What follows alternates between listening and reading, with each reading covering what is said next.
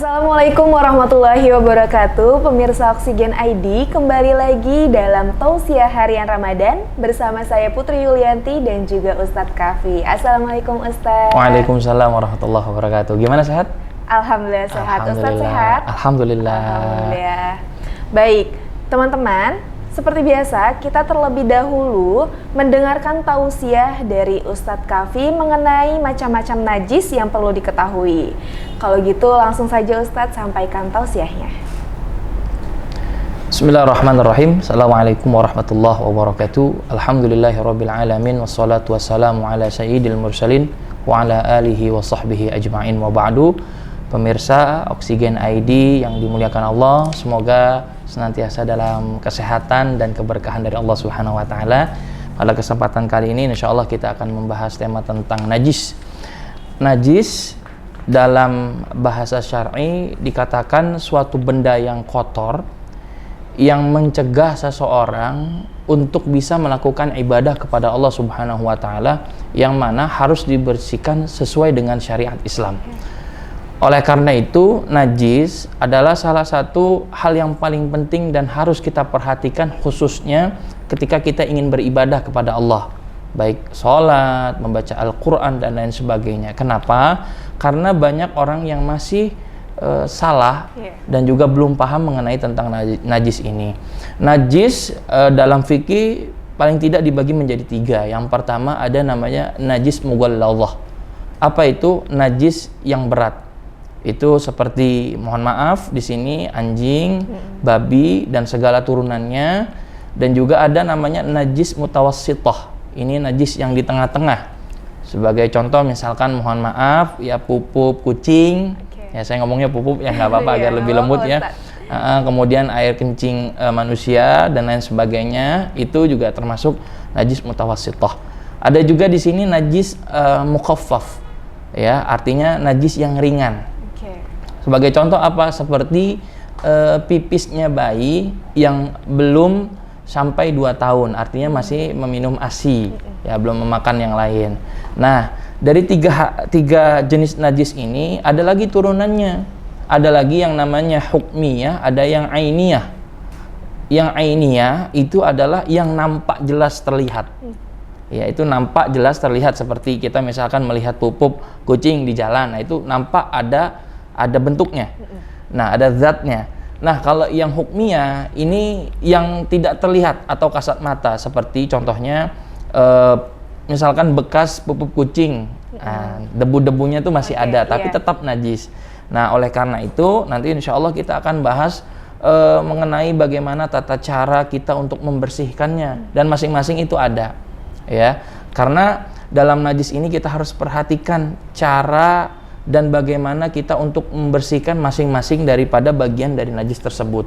Karena kalau kita salah, contoh misalkan kita terkena najisnya mughalladhah yang berat, ya, tersentuh dengan liur babi misalkan, mohon maaf, kemudian kita bersihkannya dengan cara membersihkan, mohon maaf ya, najis mukhaffaf, artinya yang ringan, berarti kan itu keliru dan belum bersih sempurna ya najis kita, dan kita dilarang untuk melakukan yang namanya ibadah.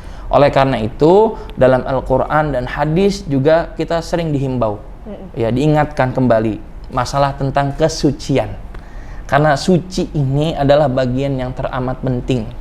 Ketika kita ingin beribadah menghadap Allah, hendaklah kita harus benar-benar dalam keadaan suci, tanpa ada najis yang menempel di dalam tubuh kita. Oleh karena itu insya Allah kita akan bahas dan kita buka pertanyaan kepada pemirsa Oksigen ID. Wallahu a'lam bishawab. Oke, terima kasih Ustadz atas tausiahnya. Nah, pemirsa Oksigen ID, pasti kalian penasaran kan dengan jawaban-jawaban yang kalian tanyakan kepada Ustadz Kafi. Jadi jangan kemana-mana ya, tetap di Tausiah Harian Ramadan.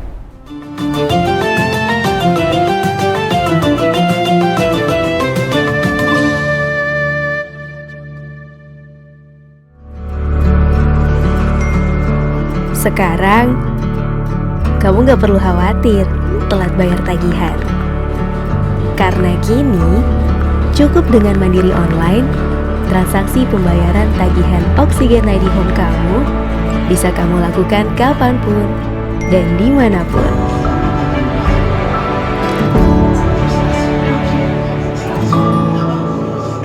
Ini baru namanya internet rumah.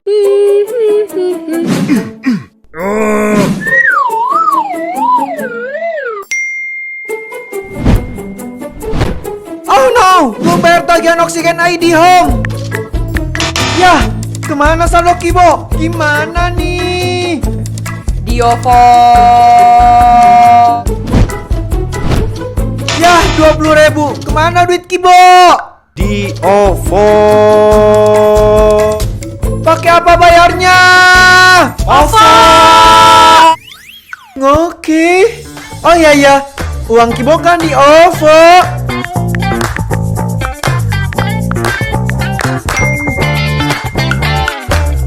Bayar Oksigen ID Home pakai OVO. Impresi.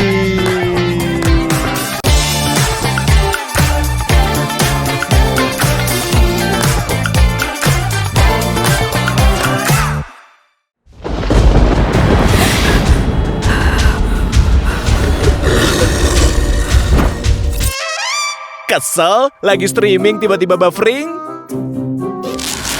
Cari solusi internet yang tepat, berkualitas, cepat, dan stabil? Saatnya beralih ke Oksigen.id.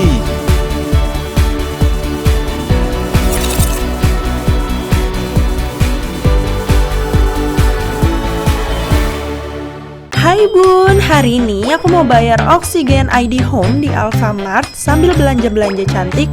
Yuk ikutin aku terus ya. Parfum cek, shampoo cek, deterjen, minuman, tisu, snack, make up, bulu mata palsu. Aku udah selesai belanjanya nih Bun, kita bayar dulu yuk. Hai Mbak, Selamat siang. aku sekalian mau bayar tagihan Oksigen ID Home-nya ya. Bisa dibantu kode pembayarannya, Kak? Kita kasih tahu dulu kode pembayarnya ya Bun. Kalian bisa dapatkan kode pembayaran dari billing statement melalui email yang akan kalian terima setiap bulannya. Ini atas nama Amelia ya. Total tagihan Oksigen ID Home-nya 324.000. Pembayarannya sudah berhasil ya. Terima kasih. Jangan lupa bukti pembayarannya ya Bun. Gampang kan?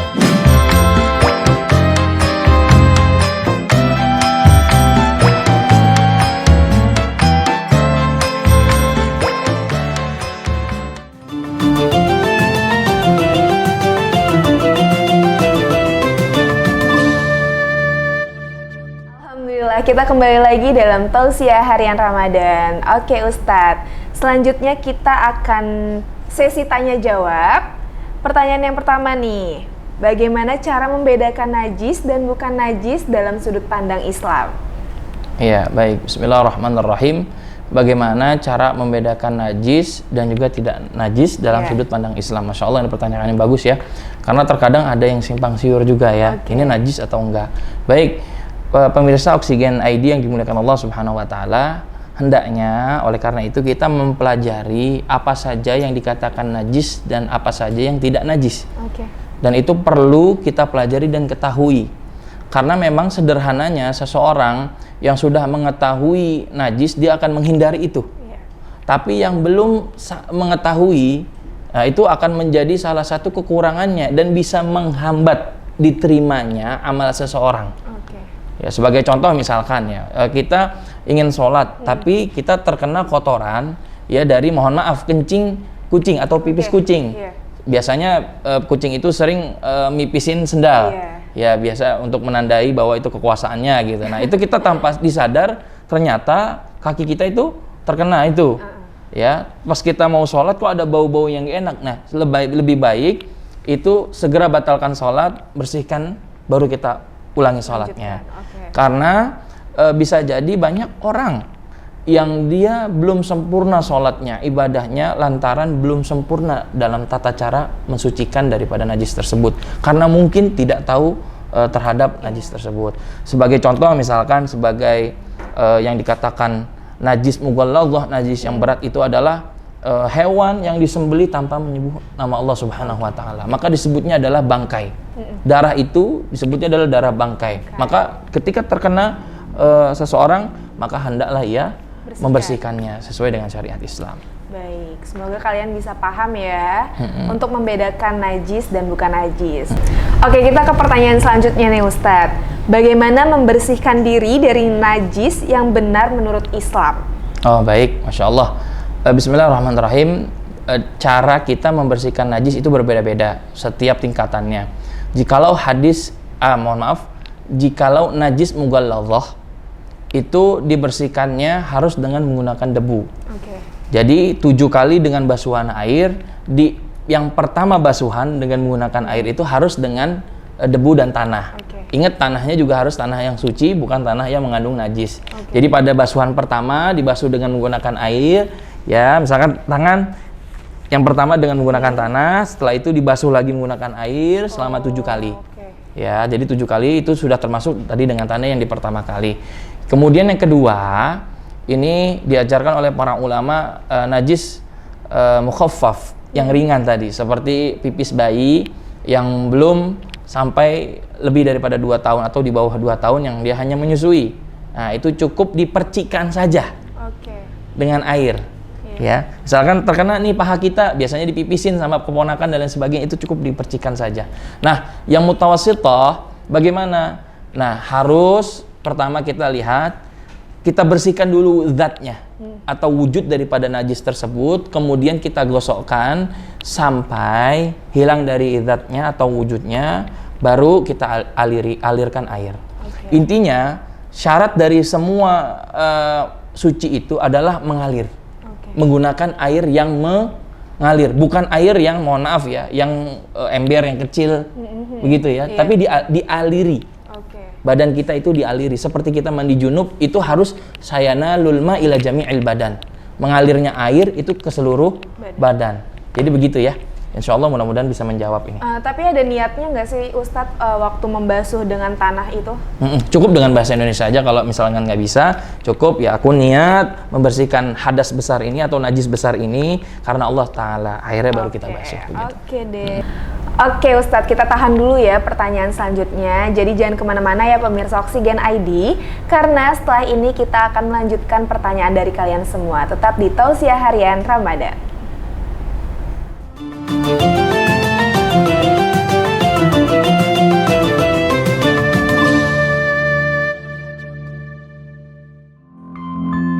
Transformasi digital sekarang dan nanti menjadikan internet kayaknya menjadi kebutuhan pokok. Penggunaan internet di semua bidang memang terlalu diperlukan. Contohnya, Beta, sebagai seorang mahasiswi di Kupang.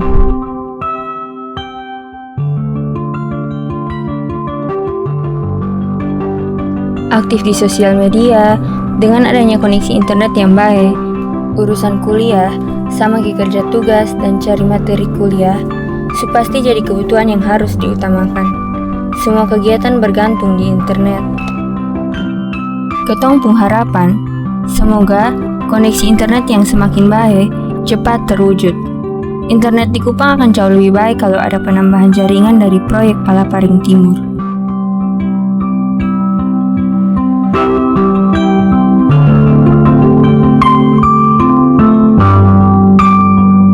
Satu jaringan, satukan negeri untuk Indonesia yang lebih baik.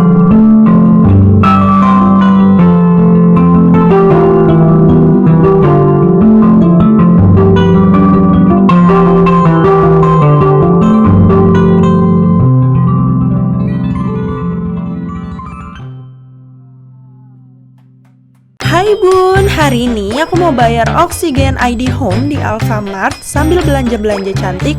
Yuk ikutin aku terus ya. Parfum cek, shampoo cek, deterjen, minuman, tisu, snack, make up, bulu mata palsu. Aku udah selesai belanjanya nih Bun, kita bayar dulu yuk. Hai Mbak, Selamat siang. aku sekalian mau bayar tagihan Oksigen ID Home-nya ya. Bisa dibantu kode pembayarannya Kak? Kita kasih tahu dulu kode pembayarnya ya Bun. Kalian bisa dapatkan kode pembayaran dari billing statement melalui email yang akan kalian terima setiap bulannya. Ini atas nama Amelia ya. Total tagihan Oksigen ID Home-nya 324.000. Pembayarannya sudah berhasil ya. Terima kasih. Jangan lupa bukti pembayarannya ya Bun. Gampang kan?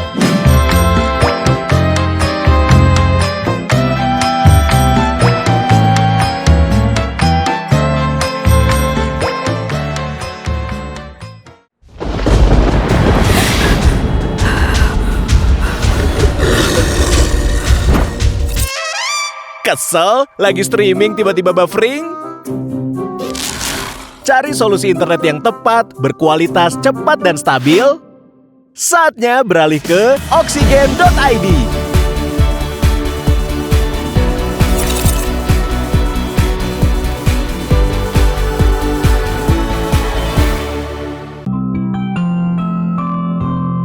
Ini beta dan beta pun kawan-kawan yang tinggal di kepulauan paling timur di Indonesia.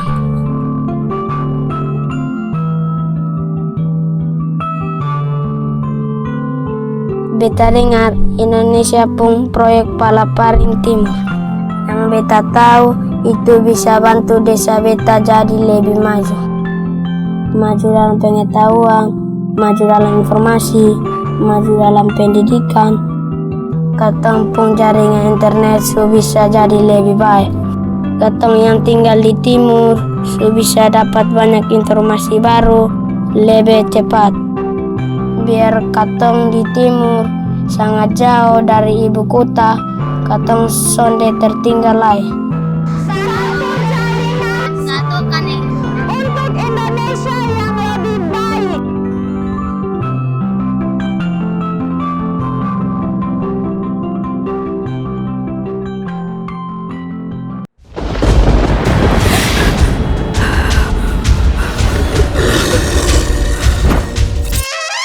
Kesel? Lagi streaming tiba-tiba buffering? Cari solusi internet yang tepat, berkualitas, cepat, dan stabil? Saatnya beralih ke oksigen.id.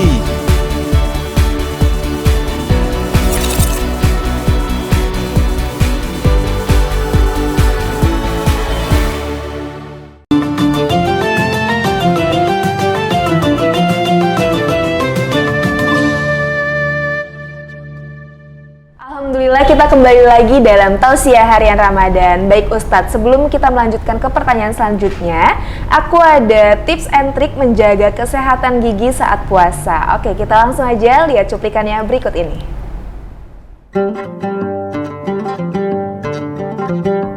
Tips and trik menjaga kesehatan gigi saat puasa. Pada saat menjalani puasa, mulut terasa kering dalam waktu yang cukup lama. Kondisi ini berpotensi membuat kuman atau bakteri berkembang sehingga menyebabkan kerusakan gigi atau masalah pada kesehatan mulut. Sebaiknya lakukan beberapa cara ini agar tetap menjaga kesehatan gigi ketika menjalani ibadah puasa. Yang pertama, sikat gigi. Saat menjalani puasa bukan berarti kalian juga harus berpuasa untuk menyikat gigi. Sebaiknya sikat gigi minimal 2 kali dalam satu hari, pada setelah sahur dan saat sebelum tidur. Lalu kedua, bersihkan lidah. Sebaiknya lakukan setelah kalian menggosok gigi. Selanjutnya yang ketiga, hindari makanan dengan pemanis buatan ketika sahur. Makanan manis bisa diubah menjadi asam oleh bakteri dalam mulut. Hal inilah yang menyebabkan kerusakan pada gigi kalian. Yang keempat, gunakan obat kumur. Menggunakan obat kumur setelah menyikat gigi menjadi salah satu cara untuk menjaga kesehatan gigi selama menjalankan ibadah puasa. Gunakan pada sahur maupun setelah berbuka untuk menjaga kesehatan mulut kalian ya.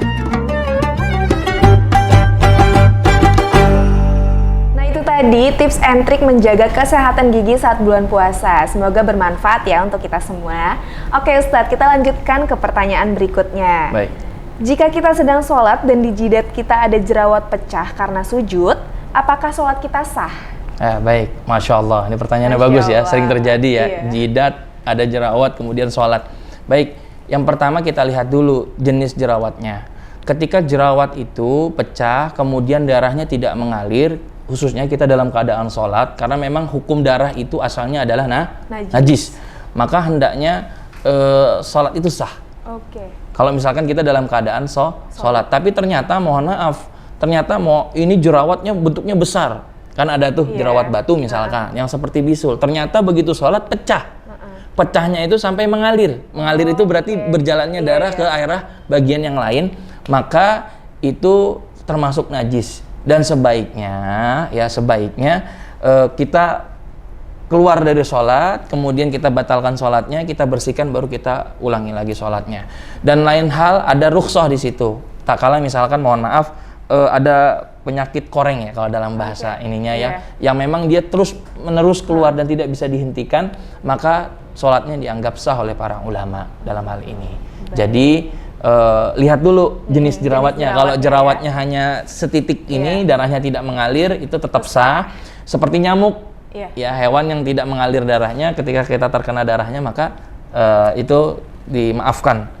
Termasuk najis yang dimaafkan. Kita next ke pertanyaan berikutnya. Baik. Jika ada bulu kucing di tempat sholat, apakah bulunya termasuk najis yang membatalkan sholat? Baik. Bismillahirrahmanirrahim. Ini ada dua pendapat ulama. Ada yang mengatakan bahwa bulu kucing itu juga termasuk najis, tapi ada juga yang mengatakan bulu kucing tidak termasuk hal yang najis. Mengapa? Karena bulu kucing adalah sesuatu hal yang sulit sekali dibersihkan. Karena dia bulunya sangat halus. Nah, kalau misalkan bulu kucing menempel pada suatu kain misalkan atau sajadah, kemudian kita bersihkan, ternyata masih ada, maka ketika kita gunakan dalam sholat, hukumnya tetap sah. Kenapa? Karena kita sudah berusaha untuk membersihkannya dan masih ada mungkin satu helai, dua helai dari bulu kucing. Nah, namun lain hal, ternyata kita tahu nih, ya memang ini bulu kucing sudah ya dia nempel, dia pipis juga di situ, tapi kita nggak bersihkan. Nah, itu hal yang dilarang dan itu termasuk najis dan kita tidak sah ketika kita melakukan sholat di atas kain tersebut atau beribadah di sana, dan kita terkena pun harus kita bersihkan. Jadi harus membatalkan sholatnya dulu. Betul. Lebih baik kita bersuci dulu ketimbang kita melanjutkan sholat agar lebih ikhtiyat. Ikhtiyat itu artinya menjaga kesucian kita agar kita makin sempurna sholat ibadah yang lainnya. Seperti itu. Wallahu a'lam. Pemirsa Oksigen, itu adalah pembahasan kita mengenai macam-macam najis yang perlu diketahui. Karena sudah mendekati waktu berbuka puasa, saya Putri Yulianti dan Ustadz Kafi izin pamit undur diri. Assalamualaikum warahmatullahi wabarakatuh. Waalaikumsalam warahmatullahi wabarakatuh.